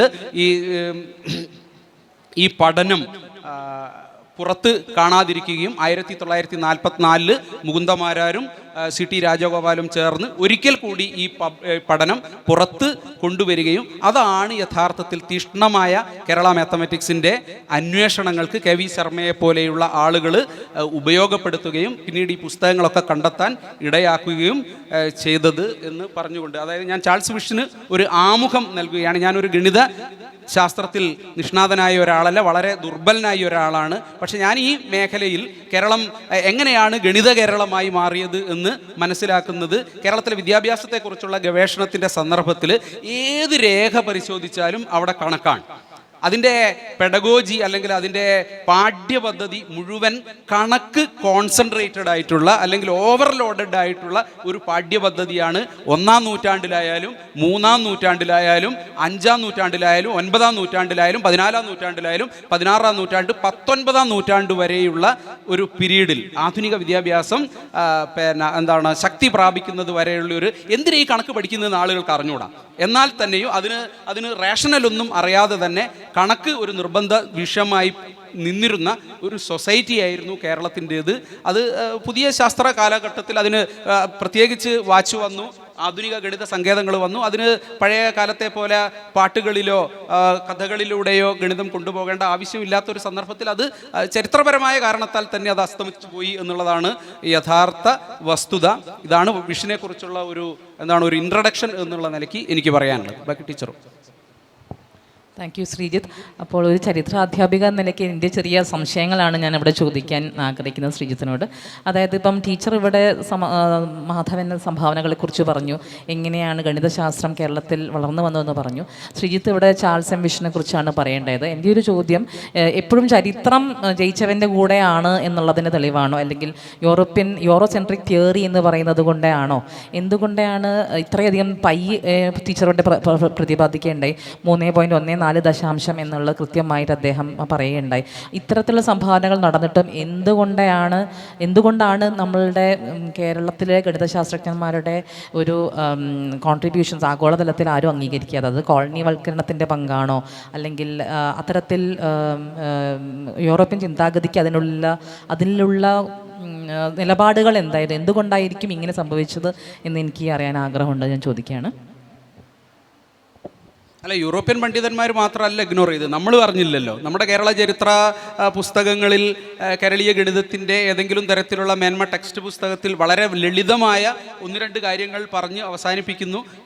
എനിക്ക് തോന്നുന്നത് വീണ്ടും KV ശർമ്മ എന്ന് പറയുന്ന വലിയ പണ്ഡിതൻ ഈ 1950കളിൽ മാതൃഭൂമി ആഴ്ചപ്പതിപ്പിലൂടെയും പിന്നീട് അദ്ദേഹത്തിൻ്റെ ഹിന്ദു അസ്ട്രോണമിയെക്കുറിച്ചുള്ള വളരെ മൊണമെൻ്റലായിട്ടുള്ള വർക്ക് വരുന്നവരെയുള്ള കാലഘട്ടങ്ങളിൽ കേരളത്തിലെ ഓരോ റിപ്പോസിറ്ററികളിലും ഓരോ ഗ്രന്ഥപ്പുരകളിലും നടന്ന് ഓരോ ഗ്രന്ഥങ്ങൾ, പഴയ ഗ്രന്ഥങ്ങൾ, ഒറിജിനൽ ടെക്സ്റ്റുകൾ നമുക്കൊരു പക്ഷേ കോഴിക്കോട് സർവകലാശാലയുടെ തുഞ്ചൻ സ്മാരക ഈ കയ്യെഴുത്ത് നമ്മുടെ രേഖാ സമുച്ചയത്തിൽ പോയാൽ കരണപദ്ധതിയുടെയൊക്കെ ഒറിജിനൽ ടെക്സ്റ്റുകൾ അവിടെ ഉണ്ട്. നമ്മളാരും അത് പഠിക്കാൻ തയ്യാറായില്ല. പല കാരണങ്ങളുണ്ട്. അത് മറന്നു പോകാനുള്ള ഒരു കാരണങ്ങൾ, അല്ലെങ്കിൽ ശ്രദ്ധിക്കപ്പെടാതെ പോകുന്ന ഒരു കാരണം എന്ന് പറയുന്നത്, ഒന്നാമത് നമുക്ക് സംസ്കൃതം അറിയണം, നമുക്ക് സംസ്കൃതം അറിഞ്ഞുകൂടാ. രണ്ടാമത്തേത്, സംസ്കൃതം കേവലമായ ഒരു ഭാഷ അറിഞ്ഞതുകൊണ്ട് മാത്രം നമുക്കത് എന്ത് ചെയ്യാൻ കഴിയില്ല, അതിനെ വ്യാഖ്യാനിക്കാനോ അല്ലെങ്കിൽ അതിൻ്റെ മറ്റു തലങ്ങളിലേക്ക് പോകാൻ കഴിയുകയില്ല. അപ്പോൾ അതിനൊരു മാത്തമെറ്റിക്കൽ നോളജ് വേണം. അപ്പോൾ KV ശർമ്മയ്ക്ക് അദ്ദേഹം ബേസിക്കലായിട്ട് പഠിച്ചത് മാത്തമെറ്റിക്സും കെമിസ്ട്രിയുമാണ്. അദ്ദേഹം റാങ്ക് ഹോൾഡറാണ്. പിന്നീടാണ് അദ്ദേഹം MA സംസ്കൃതം പഠിക്കുകയും ഈ സംസ്കൃതത്തിൻ്റെ മേഖലകളിൽ കോൺസെൻട്രേറ്റ് ചെയ്യുകയും ചെയ്യുന്നത്. അപ്പോൾ അദ്ദേഹത്തിന് വളരെ എളുപ്പത്തിൽ തന്നെ ഇത്തരത്തിൽ ഉള്ള ടെക്സ്റ്റുകളുടെ പ്രാധാന്യം മനസ്സിലായി. അതിനു മുമ്പ് തന്നെ, KV ശർമ്മ വരുന്നതിന് മുമ്പ് തന്നെ നേരത്തെ സൂചിപ്പിച്ചതുപോലെ CT രാജഗോപാലിൻ്റെയും രണ്ടാമത് ലോകം, ഈ 100 വർഷക്കാലം അതിനെക്കുറിച്ച് ആരും പറഞ്ഞില്ല എന്ന് പറഞ്ഞു. ഒരുപക്ഷെ ആളുകൾ ശ്രദ്ധിക്കപ്പെടാതെ പോയതായിരിക്കും. ചാൾസ് വിഷിന് ശേഷം കേരളത്തിൽ സവിശേഷമായ കേരള പഠനം നടത്തിയിട്ടുള്ളത് ഗുണ്ടർട്ടാണ്. ഗുണ്ടർട്ട് എടുത്തു പെരുമാറിയ പല തരത്തിലുള്ള കേരളത്തിലെ ടെക്സ്റ്റുകൾ, അന്ന് ലഭ്യമായ വൈജ്ഞാനിക തലത്തിലെ പല പുസ്തകങ്ങൾ എടുത്തു പെരുമാറിയ ഗുണ്ടർട്ട് പലപ്പോഴും ഗണിത വിഷയത്തിൽ അദ്ദേഹത്തിന് പ്രത്യേകിച്ച് താല്പര്യം ഉണ്ടായിരുന്നില്ല. അദ്ദേഹത്തിന് അടിസ്ഥാനപരമായ ഗണിത നോളേജ് ഉണ്ടായിരുന്നില്ല. അദ്ദേഹത്തിൻ്റെ ഡയറി തന്നെ പറയുന്നുണ്ട്, അദ്ദേഹം CMS കോളേജിൽ സന്ദർശനത്തിന് ചെന്ന സമയത്ത് അവിടുത്തെ പാഠ്യപദ്ധതി പരിശോധിച്ചപ്പോൾ അദ്ദേഹം പറയുന്നുണ്ട്, എനിക്ക് മനസ്സിലാകുന്ന അത്രയും ഗണിതം ഞാൻ പരിശോധിച്ചു എന്നാണ് പറയുന്നത്. അത് മാത്രമല്ല, അദ്ദേഹം യുക്തിഭാഷയുടെ ഒരു പോർഷൻ അദ്ദേഹത്തിൻ്റെ ഒരു ടെക്സ്റ്റിൽ ചേർത്തിട്ടുണ്ട്. അദ്ദേഹത്തിൻ്റെ സ്കൂൾ പാഠപുസ്തകത്തിൽ വലിയ പാഠാരംഭത്തിൻ്റെ ഒരു ഭാഗത്ത് അദ്ദേഹം ഈ പറഞ്ഞ ഈ യുക്തിഭാഷയുടെ ടെക്സ്റ്റ് എടുത്തു ചേർത്തപ്പോൾ അദ്ദേഹം പറഞ്ഞിട്ടുള്ളത് തന്നെ അത് തന്ത്രസംഗ്രഹത്തിൻ്റെ ഭാഗമാണ്. തന്ത്രസംഗ്രഹത്തെ ആസ്പദിച്ചെഴുതിയ മറ്റൊരു ഒറിജിനലായിട്ടുള്ള പുസ്തകമാണ് യുക്തിഭാഷ. അദ്ദേഹം അത് മനസ്സിലാക്കാൻ കഴിഞ്ഞില്ല. അപ്പോൾ തുടർച്ചകൾ ഉണ്ടായില്ല എന്നുള്ളതാണ്. ഈ വിഷിന് ശേഷം ആ മേഖലയിൽ സവിശേഷമായി ഒന്ന് ഈസ്റ്റ് ഇന്ത്യ കമ്പനി അതിനെ പ്രോത്സാഹിപ്പിച്ചില്ല എന്നുള്ളത് ശരിയാണ്. കാരണം ഈ കാൽക്കുലസ് 1700-കളിൽ യൂറോപ്പിൽ ന്യൂട്ടനും ലെബനീസും ചേർന്ന് അതിനെക്കുറിച്ചുള്ള തർക്കങ്ങളുണ്ടായി. ഞാനാണോ എന്നുള്ള തർക്കങ്ങൾ, ആരാണ് കണ്ടെത്തിയത് എന്നുള്ള തർക്കങ്ങളൊക്കെ ഉണ്ടായി നിൽക്കുന്ന സമയമാണ്. അപ്പോൾ അത് സെറ്റിൽ ചെയ്യുന്നത് ന്യൂട്ടൻ ലെബനീസ് സിദ്ധാന്തം എന്ന പേരിലാണ്. അപ്പോൾ ഇങ്ങനെയുള്ള ഒരു സന്ദർഭത്തിൽ ഈ ആളുകൾ യൂറോപ്പിൽ വളർന്ന് വികസിച്ചിട്ടുള്ള ഈ കലനമടക്കമുള്ള ആധുനിക ഗണിതശാസ്ത്രത്തിന് അടിത്തറ പാകിയിട്ടുള്ള കലന ശാസ്ത്രത്തിന് 300 കൊല്ലം മുന്നേ കേരളത്തിൽ അവകാശികൾ ഉണ്ടായിരുന്നു എന്ന് വിശ്വസിക്കാൻ ആര് തയ്യാറായിരുന്നില്ല? ഈസ്റ്റ് ഇന്ത്യ കമ്പനി ആളുകൾ തയ്യാറായിരുന്നില്ല. അദ്ദേഹം പറയുന്ന ഒരു കാര്യം, ഈ വിഷിൻ്റെ തന്നെ ക്രിട്ടിക്കായിരുന്ന, അദ്ദേഹത്തിനെ തീരെ പ്രോത്സാഹിപ്പിക്കാതിരുന്ന അദ്ദേഹത്തിൻ്റെ സഹപ്രവർത്തകനായിട്ടുള്ള ഈ ഹൈനും ജോൺ വാറനും, നേരത്തെ സൂചിപ്പിച്ചിട്ടുള്ള ജോൺ വാറൻ പറയുന്നത്, എന്നോട് ഈ കേരളത്തിലെ ആളുകൾ പയ്യെ സംബന്ധിക്കുന്ന അല്ലെങ്കിൽ ഉന്നതമായ ഗണിതത്തെ സംബന്ധിക്കുന്ന പല കാര്യങ്ങളും പറയുന്നുണ്ട്. അത് ശരിയും തന്നെയാണ്. പക്ഷേ ഇവരതിന് പ്രൂഫ് നൽകാൻ തയ്യാറല്ല. ഇവർക്ക് ഒരു പക്ഷേ ഇത് എവിടുന്ന് കിട്ടിയതായിരിക്കാം, ഏതെങ്കിലും യൂറോപ്യൻസിൽ നിന്ന് ഇവർ നേടിയതായിരിക്കാം എന്ന് പറഞ്ഞുകൊണ്ടാണ് വിഷിനെ ഇവരെന്ത് ചെയ്യുന്നത് പറയുന്നുണ്ട്. കേരളത്തിലെ ആളുകൾക്ക് ഇത് അറിയാം എന്ന് ഇവർ അഡ്മിറ്റ് ചെയ്യുമ്പോൾ പോലും അത് പ്രോത്സാഹിപ്പിക്കപ്പെടേണ്ട ഒന്നാണ് എന്ന് ഈസ്റ്റ് ഇന്ത്യ കമ്പനി യാതൊരു തരത്തിൽ, അതുകൊണ്ടായിരിക്കണം വിഷിനെ പല തലത്തിൽ അടിക്കടി അദ്ദേഹത്തെ ട്രാൻസ്ഫർ ചെയ്യുന്നത്. അദ്ദേഹത്തിൻ്റെ ചെറിയ കരിയറിൽ തന്നെ പല പോസ്റ്റുകളിലാണ് അദ്ദേഹം നിൽക്കുന്നത്. പിന്നീട് കേരളത്തിലെ ഭാഷ പഠിച്ച, സംസ്കൃതവും തമിഴും മലയാളവും പഠിച്ച ഇദ്ദേഹത്തെ കടപ്പയിലേക്കാണ് ട്രാൻസ്ഫർ ചെയ്യുന്നത്. അപ്പോൾ അദ്ദേഹത്തിന് ജോലി ചെയ്യാൻ കഴിയാത്തൊരവസ്ഥ ഉണ്ടായി എന്ന് നേരത്തെ പറഞ്ഞതുപോലെ തന്നെ ഈ 100 വർഷ കാലയളവിൽ ഈ റോയൽ ഏഷ്യാറ്റിക് സൊസൈറ്റിയുടെ ജേണലിൽ വന്നിട്ടുള്ള ഈ ലേഖനത്തെക്കുറിച്ച് മറ്റ് പഠനങ്ങൾ ഉണ്ടായിട്ടില്ല എന്നുള്ളത് വാസ്തവമാണ്. 44-കൾക്ക് ശേഷം അതിന് തുടർച്ചകളുണ്ടായി. ഞാനിപ്പോൾ ഈ അടുത്ത ദിവസമാണ് ഞാൻ അറിയുന്നത്, ഈ കേരള ഗണിതത്തിൽ വളരെയേറെ സംഭാവനകൾ നൽകിയിട്ടുള്ള സരസ്വതി അമ്മ എന്ന് പറയുന്ന മറ്റൊരു വലിയ സ്കോളർ ഉണ്ടായിരുന്നു. അവർ കഥാകൃത്ത് രാജലക്ഷ്മിയുടെ ജ്യേഷ്ഠത്തിയായിരുന്നു എന്നുള്ളത് മറ്റൊരു റെഫറൻസിൽ നിന്നാണ് മനസ്സിലാക്കുന്നത്. എന്തായാലും ഇപ്പം ആഗോളതലത്തിൽ ഇത് അഡ്മിറ്റ് ചെയ്യപ്പെട്ടിട്ടുണ്ട്. അതിനുള്ള പ്രധാനപ്പെട്ട കാരണങ്ങളൊന്ന് ഗീവർഗീസ് ജോസഫിൻ്റെ ക്രസ്റ്റ് ഓഫ് പീകോക്ക് എന്ന് പറയുന്ന പുസ്തകവും, പിന്നീട് ഇൻഫിനിറ്റി, പാസേജ് ടു ഇൻഫിനിറ്റി എന്ന് പറയുന്ന ക്രസ്റ്റ് ഓഫ് പീകോക്ക് എന്ന് പറയുന്ന പുസ്തകം ആഗോളതലത്തിലുള്ള മാത്തമാറ്റിക്സിൻ്റെ വികാസം ചർച്ച ചെയ്യപ്പെടുന്ന എല്ലാ കൾച്ചറിലും, മാത്തമാറ്റിക്സ് എവിടെയൊക്കെ ഡെവലപ്പ് ചെയ്തിട്ടുണ്ടോ ആ കൾച്ചറുകളിലെല്ലാം പോയി പഠിച്ചിട്ടുള്ള ഒരു പുസ്തകമാണ് ഈ ക്രസ്റ്റ് ഓഫ് പീകോക്ക്. അതിൻ്റെ ഭാഗമായി അദ്ദേഹം ഒരു ചാപ്റ്ററാണ് കേരള ഗണിതത്തെ സവിശേഷമായി പഠിച്ചിരുന്നത്. എന്നാൽ അതിനുശേഷം അദ്ദേഹം എന്ത് ചെയ്തു, രണ്ടാമത്തെ പുസ്തകം പാസേജ് ടു ഇൻഫിനിറ്റി, അദ്ദേഹം അതിൻ്റെ ആദ്യത്തെ ക്രസ്റ്റ് ഓഫ് പീകോക്ക് പബ്ലിഷ് ചെയ്തതിന് ശേഷം യൂറോപ്പിലുണ്ടായ ഒരു ഡിസ്കഷനിൽ അദ്ദേഹം പറയുന്നുണ്ട്, ന്യൂട്ടനെയും ലെബനീസിനെയും ഗണിതത്തിൻ്റെ അല്ലെങ്കിൽ ശാസ്ത്രത്തിൻ്റെ മേഖലയിൽ നിന്നും പുറത്ത് കടത്താനുള്ള, ചവിട്ടി പുറത്താക്കാനുള്ള ഗൂഢപദ്ധതിയിലാണോ ഗീവർഗീസ് ഏർപ്പെട്ടത് എന്നൊരു ചോദ്യം പോലും ഉണ്ടായി എന്നും, ആ ചോദ്യമാണ് പിന്നീട് സവിശേഷമായി പാസേജ് ടു ഇൻഫിനിറ്റി എഴുതാനുള്ള എൻ്റെ പ്രചോദക ഘടകമായി എന്ന് അദ്ദേഹം പറയുന്നത്. രണ്ടാമത് താണു പത്മനാഭനെ പോലെയുള്ള ലോകപ്രസിദ്ധ ഫിസിസ്റ്റുകൾ എടുത്ത് ഈ കലനത്തെ സംബന്ധിക്കുന്ന വിഷയങ്ങൾ, വളരെ കേരളീയൻ്റെ സംഭാവനകളെ, മാധവനെ സംബന്ധിക്കുന്ന അദ്ദേഹത്തിൻ്റെ ഡോൺ ഓഫ് സയൻസ് എന്ന് പറയുന്ന പുസ്തകത്തിൽ വളരെ വിശദമായി തന്നെ ലോക ശാസ്ത്ര വികാസത്തോടൊപ്പം ചേർത്ത് നിർത്തിക്കൊണ്ട് തന്നെയാണ് ആ 17-ാം നൂറ്റാണ്ടിലെ യൂറോപ്യൻ വികാസവും 14-ാം നൂറ്റാണ്ടിനും 16-ാം നൂറ്റാണ്ടിനും ഇടയ്ക്ക് കേരളത്തിലുണ്ടായ ഈ മാത്തമാറ്റിക്കൽ ഡെവലപ്മെൻറ്റും കമ്പയർ ചെയ്തുകൊണ്ടാണ് ഈ ഡോൺ ഓഫ് സയൻസിൽ അദ്ദേഹം അവതരിപ്പിച്ചിട്ടുള്ളത്. അതുമാത്രമല്ല, എനിക്ക് തോന്നുന്നത് ഇപ്പോൾ കേരളത്തിൽ ആളുകൾ ശ്രദ്ധിക്കുന്നുണ്ട് എന്നുള്ളത്, കേരളത്തിലെ ഈ ഗ്രന്ഥപ്പുരകൾ തേടിക്കൊണ്ട് വൈദേശികരായിട്ടുള്ള പല ആളുകളും, ലോകപ്രസിദ്ധമായിട്ടുള്ള സർവകലാശാലയിലെ ആളുകൾ ഈ മാൻസ്ക്രിപ്റ്റുകൾ തേടിക്കൊണ്ട് ഇപ്പോൾ എത്തുന്ന ഒരു അവസ്ഥ കൂടിയുണ്ട്. എന്തായാലും അതിന് വീണ്ടും അങ്ങനെ ഒരു സന്ദർഭം ഉണ്ടാവുന്നു എന്നുള്ളത് ശരിയാണ്. സംസ്കൃതത്തിലുള്ള പരിജ്ഞാനം ഒരുപക്ഷെ ഇല്ലാത്തത് കൊണ്ടാണ് ഈ ഒരു അങ്ങനെ ഉണ്ടായിട്ടുണ്ടാവുമെന്ന് എനിക്ക് തോന്നുന്നു, അല്ലേ? വിദേശികൾക്ക് ഒരുപക്ഷെ അങ്ങനല്ലേ തോന്നുന്നത്? ഓക്കെ. അപ്പോൾ എനിക്ക് ഇപ്പോൾ ഇവിടെ ഒരുപാട് ചരിത്രവും ഒരുപാട് ഗണിതശാസ്ത്രമൊക്കെ കേട്ടു. ഞാൻ 10ാം ക്ലാസ് കഴിഞ്ഞതിന് ശേഷം നമ്മൾ എന്തിനാണ് പഠിക്കുന്നതെന്ന് അറിയില്ല. ആൾജിബ്ര പഠിക്കുന്നത് എന്തിനാണെന്ന് മനസ്സിലാവുന്നില്ല, ട്രിഗ്നോമെട്രി പഠിക്കുന്നത് എന്തിനാണെന്ന് മനസ്സിലാവുന്നില്ല. അങ്ങനെ പഠിച്ച് 10ാം ക്ലാസ് ആകുമ്പോഴേക്കും ഗണിതശാസ്ത്രത്തോട് ഒരു കുറവില്ലായ്മയാണ് എനിക്കുണ്ടായത്. എനിക്ക് തോന്നുന്നു എനിക്കറിയുന്ന കുറേ പേർക്ക് അങ്ങനെ തന്നെയാണ് ഉണ്ടായിട്ടുള്ളത്. അപ്പം ടീച്ചർ ഇവിടെ സൂചിപ്പിക്കുകയുണ്ടായി, 12ാം നൂറ്റാണ്ടിലും 9ാം നൂറ്റാണ്ടിലും ഒക്കെ തന്നെ അത്രയും പഴയ കാലഘട്ടത്തിലൊക്കെ ഇവിടെ എന്താ പറയുക, ശാസ്ത്രീയമായ രീതിയിൽ അത്തരത്തിലുള്ള എക്വിപ്മെൻറ്റ് ഉണ്ടായിരുന്നു എന്നുള്ളത് ചരിത്ര പഠനത്തിന്. അപ്പം അതിനെക്കുറിച്ച് കൂടുതൽ പറയാൻ ടീച്ചർ തയ്യാറാകുമോ? ടീച്ചർ നേരത്തെ ശ്രീജിത്ത് മാഷോട് ചോദിച്ച ചോദ്യത്തിൽ എനിക്ക് കുറച്ചുകൂടെ അതിനകത്ത് കൂട്ടി ചേർക്കാനുള്ള 1-2 കാര്യങ്ങൾ ഇതാണ്. ഒന്ന്, നമ്മളിത് ഇവിടെ അവഗണിക്കപ്പെട്ടു പോയതിന് നിരവധി കാരണങ്ങളുണ്ട്. അതിലൊന്ന് രണ്ടാം ചേര സാമ്രാജ്യത്തിൻ്റെ തകർച്ചയുടെ കാലമാണ്. രണ്ടാം ചേര സാമ്രാജ്യ കാലഘട്ടത്തിൻ്റെ തകർച്ചയ്ക്ക് ശേഷം പ്രത്യേകിച്ച് മഹോദയപുരം കേന്ദ്രീകരിച്ചുണ്ടായിരുന്ന 1341 വെള്ളപ്പൊക്കത്തെക്കുറിച്ചൊക്കെ നിരവധി പരാമർശങ്ങളൊക്കെ പല സ്ഥലങ്ങളിലും ഉണ്ട്. അതിനകത്ത് കൃത്യമായിട്ടുള്ള ഒരു എന്താ പറയുക, ഒരു ഭൗമശാസ്ത്രപരമായിട്ടുള്ള തെളിവുകൾ എനിക്ക് അറിഞ്ഞുകൂടാ. എങ്കിലും നിരവധി കൃതികളിലും നിരവധി സാഹിത്യ നിരീക്ഷണങ്ങളിലുമുള്ള ഒരു പരാമർശമാണ് 1341 വെള്ളപ്പൊക്കവും അതിനോടനുബന്ധിച്ച് മൊസിരിസ് എന്ന് പറയുന്ന ഒരു തുറമുഖം അടഞ്ഞു പോകുന്നതും നമ്മുടെ വലിയ കൊടുങ്ങല്ലൂരിൻ്റെ ഒരു പ്രതാപം അസ്തമിക്കുന്നതുമായിട്ടുള്ളൊരു കാലം. രണ്ടാമത്തേത് അതിനോടനുബന്ധിച്ച് തന്നെ പിന്നീട് ഒരു തലസ്ഥാന നഗരി എന്ന് പറയുന്ന ഒരു പ്രതാപം ഈ നാടിന്, പ്രത്യേകിച്ചും കൊടുങ്ങല്ലൂർ കേന്ദ്രീകരിച്ചുണ്ടായിരുന്ന ഒരു പ്രദേശത്തിന് നഷ്ടപ്പെടുന്ന ഒരു കാലം. ഇതിനുള്ളിലേക്കാണ് വാസ്കോഡഗാമ കടന്നു വരുന്നത്. ഉദയംപേരൂർ സൂനദോസിൻ്റെ കാനോനകൾ എടുത്ത് നോക്കുന്ന സമയത്ത് അതിനകത്ത് ഏറ്റവും കൂടുതൽ നിരോധിക്കുന്നത് പാഗൻ പ്രാക്ടീസസ് ആണ്. അതായത് ഇവിടെ ക്രിസ്ത്യാനികളുണ്ട് എന്ന് വാസ്കോഡഗാമ മനസ്സിലാക്കുന്നു, പോർച്ചുഗീസുകാർ മനസ്സിലാക്കുന്നു. ഈ ക്രിസ്ത്യാനികളൊന്നും അവർ യൂറോപ്പിൽ പരിചയിച്ച രീതികളിൽ ജീവിക്കുന്ന ആളുകളല്ല. അവരുടെ രീതികളും അവരുടെ പ്രവർത്തനങ്ങളും ഒക്കെ കണ്ട് ഇയാൾക്ക് അതിശയം തോന്നുന്നതായിട്ട് പല സ്ഥലങ്ങളിലും സൂചനകളുണ്ട്.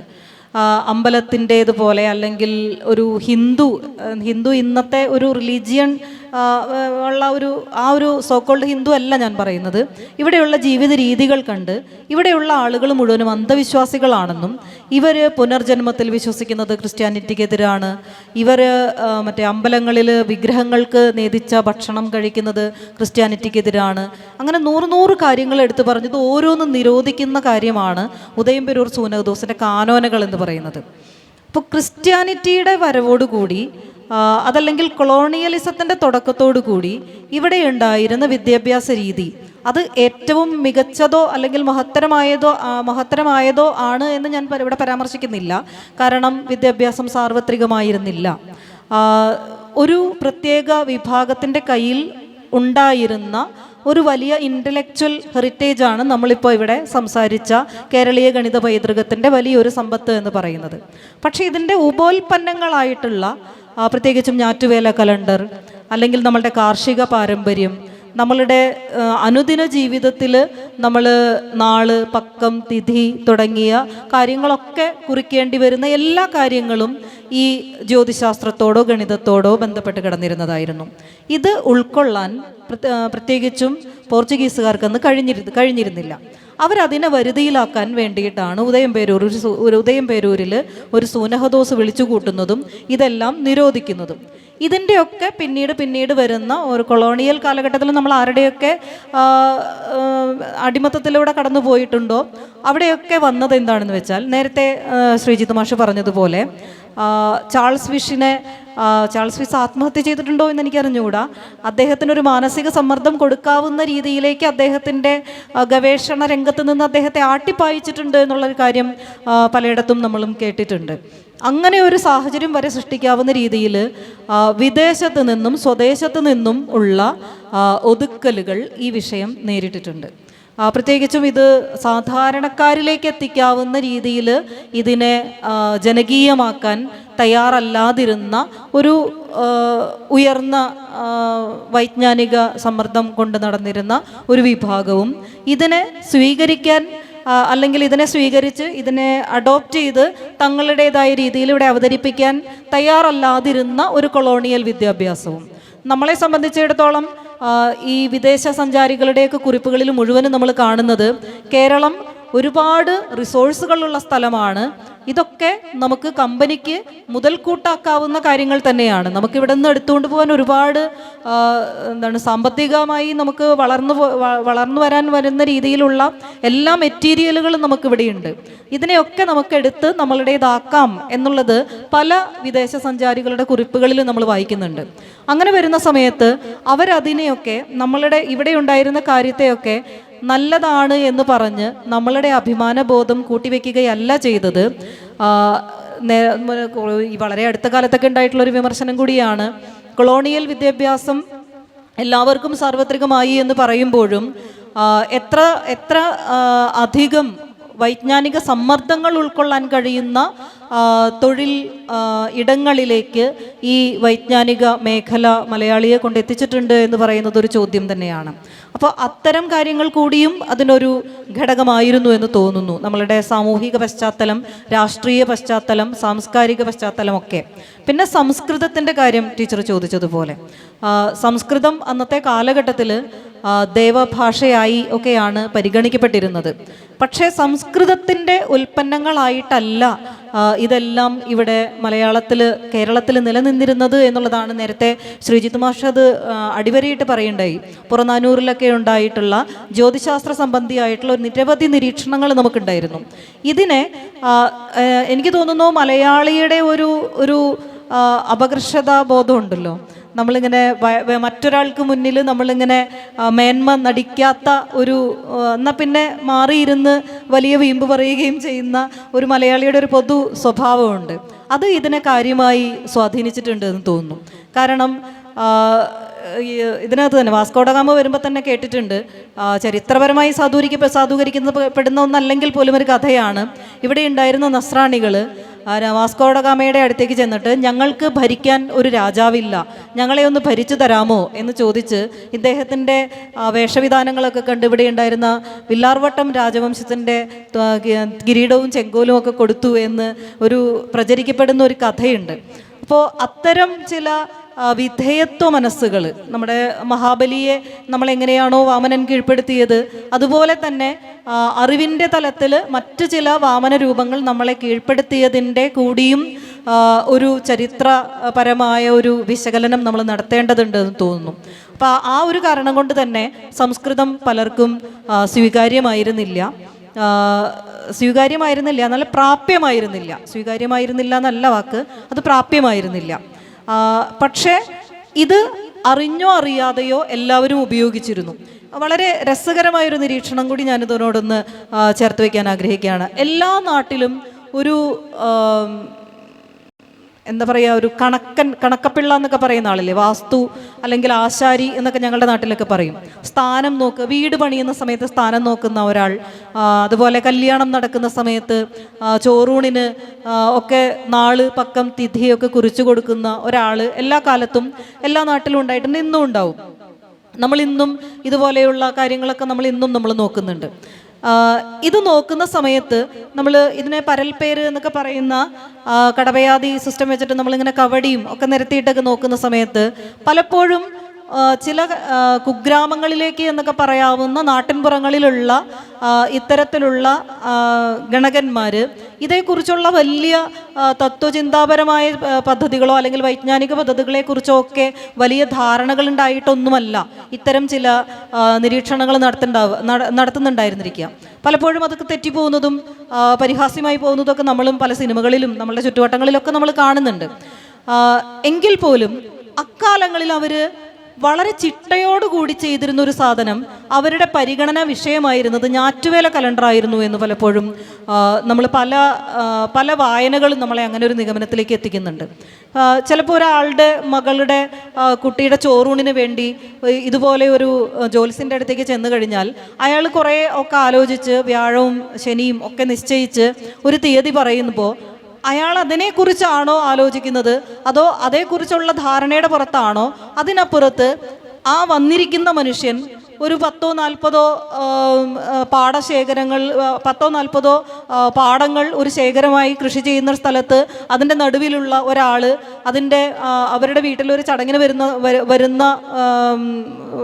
വരുന്ന മുഹൂർത്തം കുറിക്കുക എന്ന ആവശ്യത്തിന് വേണ്ടി വരുന്ന സമയത്ത് ഇയാളുടെ പരിഗണന ആ പാടത്തേക്ക് കൃഷി ഇറക്കുന്ന വെള്ളമോ അവിടെ വെള്ളം മുറിച്ച് അടുത്ത പാടത്തേക്ക് ഇറക്കി പോകേണ്ട അടുത്ത കണ്ടത്തിലേക്ക് അത് തുറന്നു വിടേണ്ട സമയമോ ഒക്കെ ആണോ എന്നൊക്കെ അത്തരം ഒരു സിവിൽ അഡ്മിനിസ്ട്രേഷൻ്റെ തലത്തിൽ കൂടിയും നമ്മൾ അതിനെ ഒന്ന് നിരീക്ഷിക്കേണ്ടതുണ്ട് എന്ന് തോന്നുന്നു.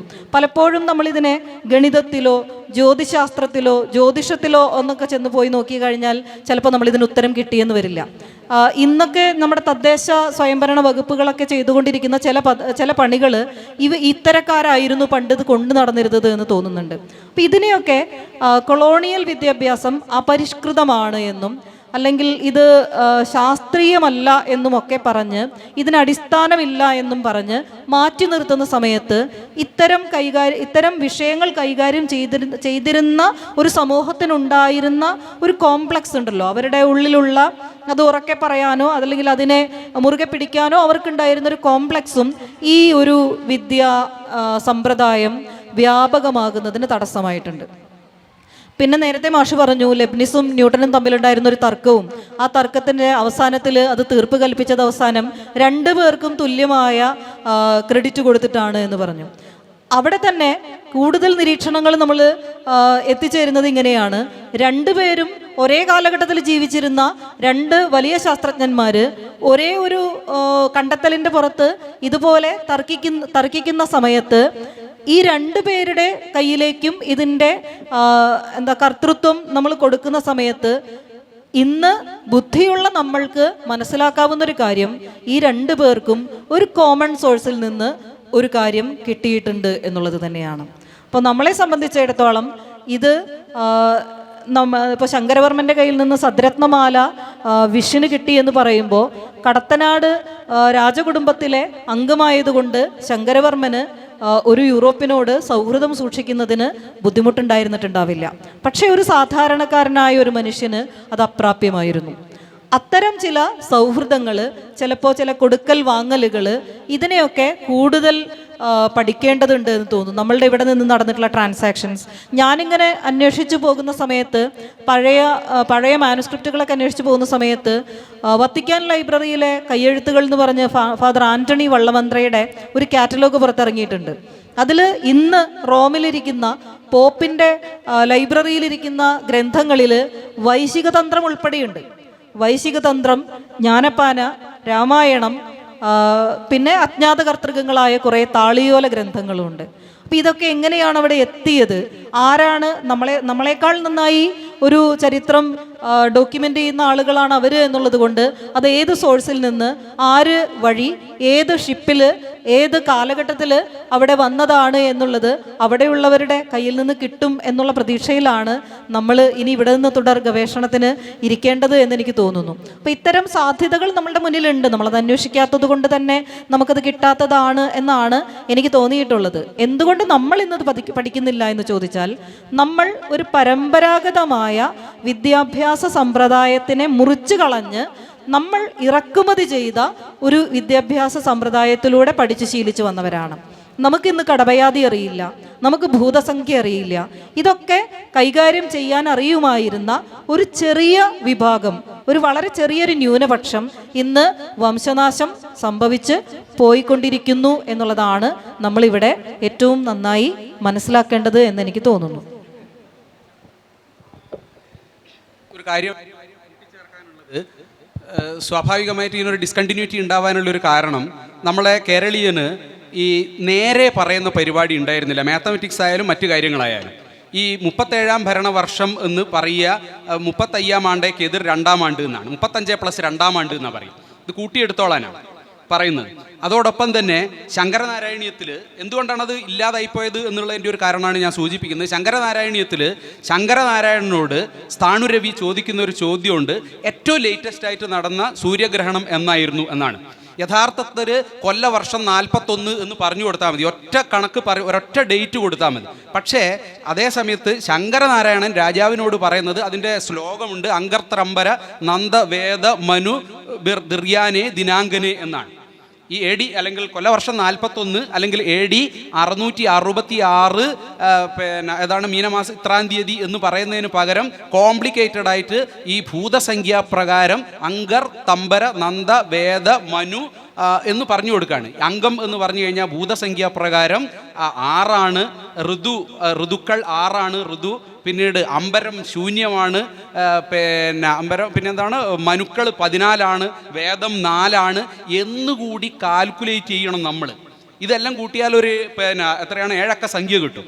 അതിനെ കാരണമുണ്ട് എങ്കിൽ തന്നെയും അല്ല, ഇവിടെ ഡിസ്കണ്ടിന്യൂ ചെയ്യാനുള്ള കാരണമാണ് ഞാൻ പറഞ്ഞു. പിൽക്കാലത്ത് നമുക്ക് ഈ അങ്കർത്തമ്പരത്തിനെ നമുക്ക് ഡീകോഡ് ചെയ്യാൻ കഴിയില്ല. കാരണം എളംകുളം എന്ന് പറയുന്ന മഹാനായിട്ടുള്ള, കേരള ചരിത്രത്തിലെ എക്കാലത്തെയും മഹാനായിട്ടുള്ള ഈ മനുഷ്യൻ ഈ ശങ്കരനാരായണീയം മുഴുവൻ വായിച്ചിട്ട് കാലസൂചന ഇതാണെന്ന് മനസ്സിലാക്കിക്കൊണ്ട് അത് കലിദിന സൂചനയാണ് എന്ന് മനസ്സിലാക്കുകയും കലി വർഷത്തിലേക്ക് അത് കൺവേർട്ട് ചെയ്യുകയും അത് കൊല്ലവർഷത്തിലേക്ക് മാറ്റുകയും പിന്നീട് അതിനെ ആധുനിക വർഷമാക്കുകയും ചെയ്തിട്ടാണ് അത് 866 എന്ന് കണ്ടെത്തിയത്. അന്ന് അത് മാത്രമല്ല എളംകുളം കണ്ടെത്തിയത്, അന്ന് ഈ ശങ്കരനാരായണീയത്തിൽ അല്ലാതെ 866 കർണാടകത്തിലെ ഒരു ഇൻസ്ക്രിപ്ഷനിൽ പോലും ആ സൂര്യഗ്രഹണം നീൽഗുണ്ടിൽ അമോഘ വർഷം സ്ഥാപിച്ച നീൽഗുണ്ടിലെ ഇൻസ്ക്രിപ്ഷനിൽ പോലും ആ ഡേറ്റിലെ സൂര്യഗ്രഹണം ഉണ്ട് എന്ന് സ്ഥാപിച്ചുകൊണ്ടാണ് ആ ഡേറ്റ്. അപ്പം നമ്മളെ സംബന്ധിച്ചിടത്തോളം ഇപ്പോൾ പയ്യൻ്റെ വില ചോദിക്കുമ്പം മലയാളി പറയുക നർമ്മരാജ്യ വട്ടത്തെ പെരുക്ക സരളാംഗവും കിഴിച്ചാൽ സൂക്ഷ്മമാം വിട്ടം വട്ടത്തിന് മറിച്ചുമാം എന്നാണ്. ലകടം കൊണ്ട് ശകടം കൊണ്ട് ഗുണിക്കുക എന്നൊക്കെ പറയുമ്പോൾ ഗർമ്മഗൈ എന്നൊക്കെ പറഞ്ഞിട്ട് ഇതാക്കുകയാണ്. ഇതിനെ ഡീകോഡ് ചെയ്യാൻ പിൽക്കാലത്തെ വലിയ ലിംഗ്വിസ്റ്റിക് നോളജ് വേണം. മാത്തമാറ്റിക്സ് അറിഞ്ഞതുകൊണ്ട് കാര്യമല്ല, ഭാഷ അറിഞ്ഞതുകൊണ്ട് കാര്യമല്ല, അതിലെ യുക്തികൾ മുഴുവൻ എടുത്താൽ മാത്രമേ ഈ കാൽക്കുലേഷൻസ് നമുക്ക് മനസ്സിലാക്കാൻ കഴിയുകയുള്ളൂ. എവിടെയാണ് കാലസൂചന ഉള്ളത്, എവിടെയാണ് ഗണിത സൂചനകളുള്ളത്. ടൈക്കോ ബ്രായയുടെ തിയറി കേരളത്തിൽ ആദ്യം സോൾവ് ചെയ്തു എന്ന് ശാസ്ത്രജ്ഞന്മാർ പറയുന്നു. ഗ്രിഗറി സീരീസ് കേരളത്തിലാണ് സോൾവ് ചെയ്തത് എന്ന് പറയുന്നു. അപ്പോൾ ഇങ്ങനെ ഇത് മനസ്സിലാക്കണമെങ്കിൽ KV ശർമ്മയെ പോലെയുള്ള വളരെ, അതേപോലെ തന്നെ CK മുസദ് എന്ന് പറയുന്ന ഒരു ഫിസിക്സിൻ്റെ പ്രൊഫസർ ഉണ്ടായിരുന്നു ഒറ്റപ്പാലം NSS കോളേജിൽ.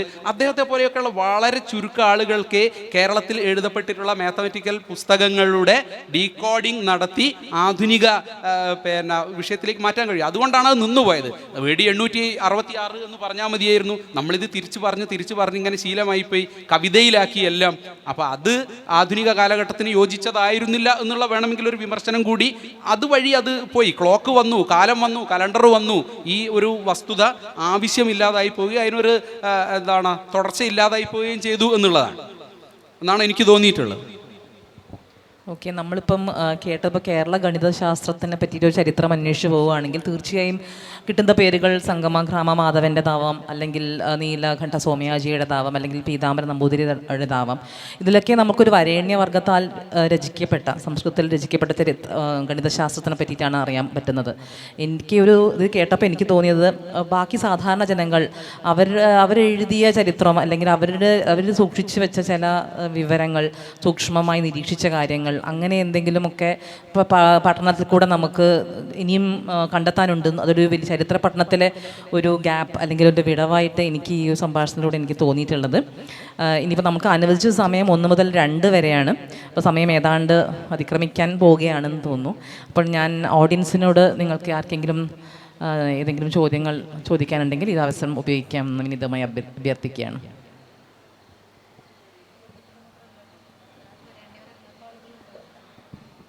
മാഡം, ഒന്ന് നമ്മൾ ഈ പ്രാചീന ഈ കാലഘട്ടത്തിൽ ഭൂതസംഖ്യയോ അല്ലെങ്കിൽ കടബയാദിയോ രണ്ടും അർത്ഥമുള്ള വാക്കുകളായി, കടബയാദി ആയാലും അത് ചേർന്ന് വെക്കുമ്പോൾ അർത്ഥമുള്ള കാവ്യങ്ങളായി മാറുകയാണ്. അപ്പോൾ എന്തായാലും ഇതിനപ്പുറത്തേക്ക് ഇത് ഒരു കാവ്യഭംഗി കൂടി നൽകിക്കൊണ്ടാണ് അന്ന് ഉണ്ടായിട്ടുള്ളത്. അപ്പോൾ ഇതിനപ്പുറത്തേക്ക് ഒരു സംഖ്യാ സിസ്റ്റം അന്ന് ഉണ്ടായിരുന്നോ, അതോ ഇത് മാത്രമായിരുന്നോ മാർഗം? അതായത് കേരളത്തിൽ അല്ലെങ്കിൽ ഇന്ത്യയിലായാലും ഇതിലേതെങ്കിലും ഒരു സിസ്റ്റം ഉപയോഗിച്ചാണ് കാണുന്നത്, അതുപോലെ കാവ്യഭംഗി കൂടി കിട്ടാൻ വേണ്ടി ഇത് ഉപയോഗിച്ചതാണോ, അതല്ലെങ്കിൽ ഇത് മാത്രമേ, അല്ലെങ്കിൽ നമ്മൾ ഇന്ന് ഉപയോഗിക്കുന്ന ന്യൂമറേഷൻ സിസ്റ്റം പോലെ എന്തെങ്കിലും ഉണ്ടായിരുന്നിട്ടും ഇവരത് ഉപയോഗിച്ചതാണോ? അതാണ് ഒരു കാര്യം. മറ്റൊന്ന്, നമ്മൾ ഈ എക്സ്പ്ലോർ ചെയ്യപ്പെട്ടിട്ടില്ല ഈ ഒരു കാലഘട്ടത്തിൽ എന്നതിൻ്റെ കാരണങ്ങൾ വിശദീകരിച്ചു കഴിഞ്ഞു. പുതിയ കാലഘട്ടത്തിലും അത് നടക്കുന്നില്ലല്ലോ. കാരണം നമ്മൾ കേരളത്തിൽ പുറം ലോകം അംഗീകരിക്കുമ്പോൾ പോലും നമ്മൾ കേരളത്തിലെ ആളുകൾക്ക് ആർക്കും ഇങ്ങനെയൊന്നും അറിയില്ല. ഇനി അഥവാ ആരെങ്കിലും പറഞ്ഞാൽ തന്നെ നമ്മൾ ഈ ഒരു ദേശീയവാദത്തിൻ്റെ ഒരു കുറേ സാധനങ്ങളുണ്ടല്ലോ, നമ്മൾ വിമാനം കണ്ടുപിടിച്ചത് പഴയ വേദകാലത്തുണ്ട് എന്നൊക്കെ പറയുന്ന അതിൻ്റെ കൂട്ടത്തിൽ ഇത് മുങ്ങിപ്പോവുകയാണ്. ഇനി അഥവാ ആർക്കൊക്കെയെങ്കിലും അറിയുന്നുണ്ടെങ്കിൽ ഇട്ടിക്കോര വായിച്ചിട്ടൊക്കെ എല്ലാ സാങ്കല്പിക കാര്യങ്ങളും പറഞ്ഞ കൂട്ടത്തിൽ ഇട്ടിക്കോരയിൽ TT രാമകൃഷ്ണൻ ഇതിനെപ്പറ്റി കൂടി പറഞ്ഞതുകൊണ്ട് ആ സാങ്കല്പികങ്ങളുടെ കൂട്ടത്തിലെ ഏതോ ഒരു സാങ്കല്പികം എന്ന രീതിയിൽ മാത്രമാണ് പൊതുബോധത്തിൽ. അത് ഹിസ്റ്ററിയും മാത്സും ഡിഗ്രിയും PG ഒക്കെ പഠിച്ചു കഴിഞ്ഞവർക്ക് പോലും ഇങ്ങനെയുള്ളൊരു പാരമ്പര്യത്തിനെ പറ്റി പൊതുവെ അറിവില്ല. അപ്പോൾ പുതിയ കാലഘട്ടത്തിലെങ്കിലും ഇതിനെ എക്സ്പ്ലോർ ചെയ്യാൻ നമ്മൾ കേരളത്തിനകത്തെങ്കിലും പുതിയ മാർഗങ്ങൾ തേടേണ്ടതല്ലേ എന്നുകൂടിയാണ്.